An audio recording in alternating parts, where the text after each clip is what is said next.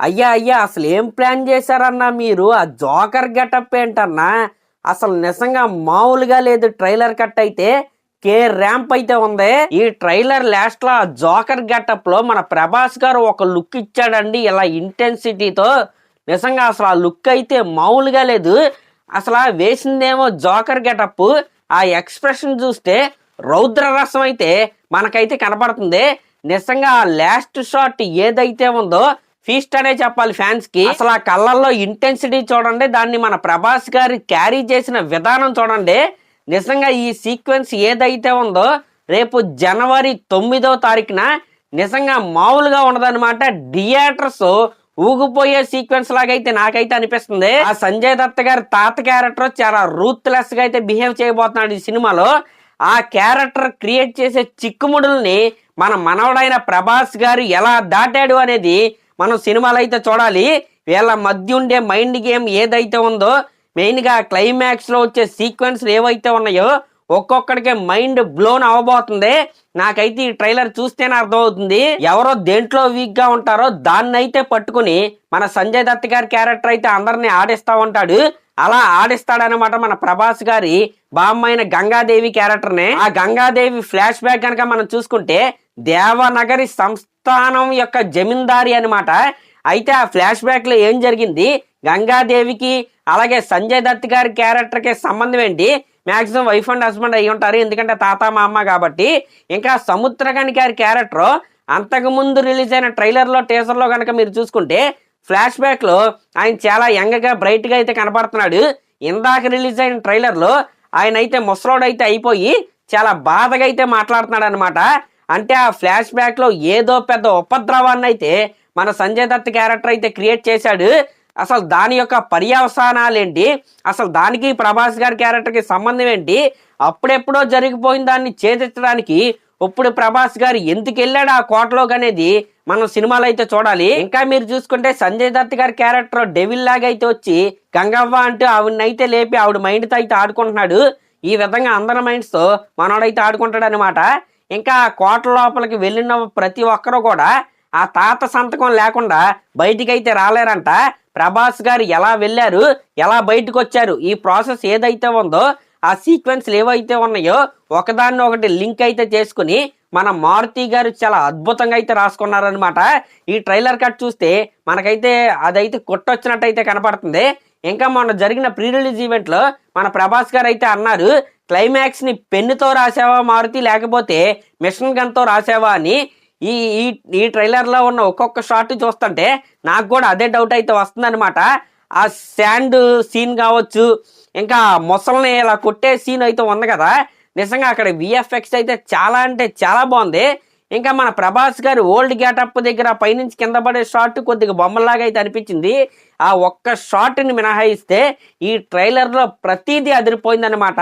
అది విఎఫ్ఎక్స్ కావచ్చు, డైలాగ్స్ కావచ్చు, ట్రైలర్ కట్ కావచ్చు, ఇంకా ఈ ట్రైలర్లో ఉన్న ఎమోషనల్ డెప్త్ కావచ్చు, ఇంకా నెక్స్ట్ రిలీజ్ అవబోయే ముగ్గురు హీరోలతో కలిసి సాంగ్ యొక్క చిన్న క్లిప్ కూడా ఈ దీంట్లో అయితే మనకైతే చూపించారు. ముగ్గురు హీరోయిన్లు కూడా గ్లామర్గా అయితే కనబడుతున్నారు. ఈ విధంగా టోటల్ ప్యాకేజ్ తో ఈ ట్రైలర్ అయితే వీళ్ళైతే దింపారు. ఇంకా ఈ రాజేసాబ్ సినిమా యొక్క స్క్రీన్ ప్లే ఏదైతే ఉందో చాలా అంటే చాలా కాంప్లికేటెడ్ గా అయితే రాసుకున్నట్టు ఈ ట్రైలర్ చూస్తే మనకైతే అర్థమవుతుంది. నిజంగా చూసే ఆడియన్స్ కి ఒక కొత్త ఫీల్ అయితే ఖచ్చితంగా రాబోతుంది. ఈ ట్రైలర్ ద్వారా నాకు అర్థమైంది ఏంటంటే ప్రతి ఒక్కటే నాకైతే చాలా అంటే చాలా బాగా నచ్చింది. ఆ రాజేసాబ్ గిలిగిలియో బ్యాక్గ్రౌండ్ స్కోర్ ఉంది కదా, ఫస్ట్ సింగిల్ అయితే మనం అయితే ట్రోల్ చేసాం. ఆ రెబల్ సాబ్ సాంగ్ కూడా అది ఎంట్రీ సాంగ్ అనమాట సినిమాలో.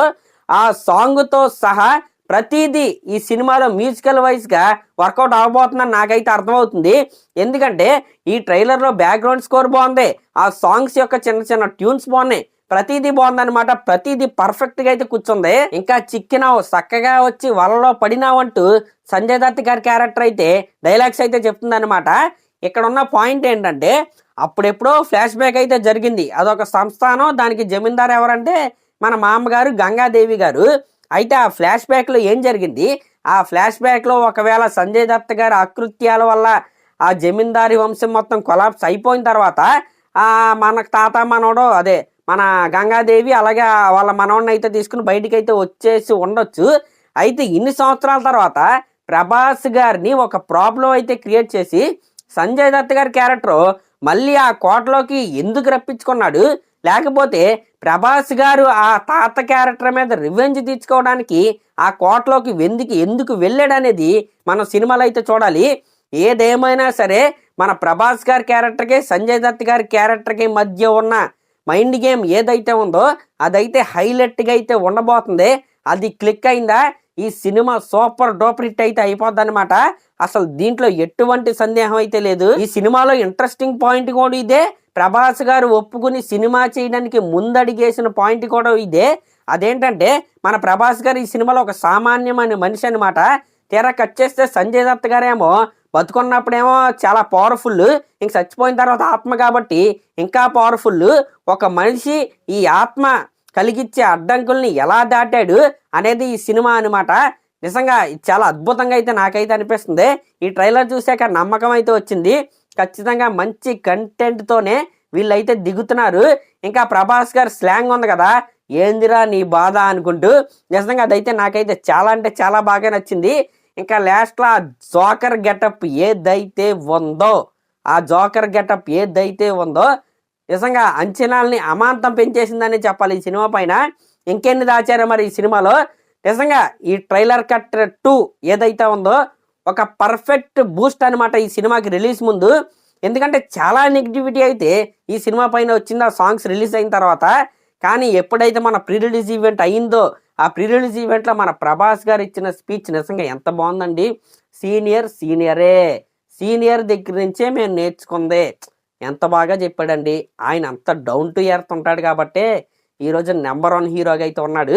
ఖచ్చితంగా అలాంటి మంచి వాళ్ళకి మంచే జరగాలి. ఈ సినిమా అయితే పండగకి పెద్ద హిట్ అవ్వాలని నేనైతే కోరుకుంటున్నా.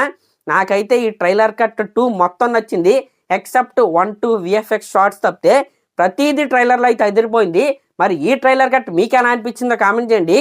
అలాగే మన ఛానల్ కనుక ఫస్ట్ టైం చూస్తున్నట్టయితే ఖచ్చితంగా సబ్స్క్రైబ్ చేసుకోండి. Thank you.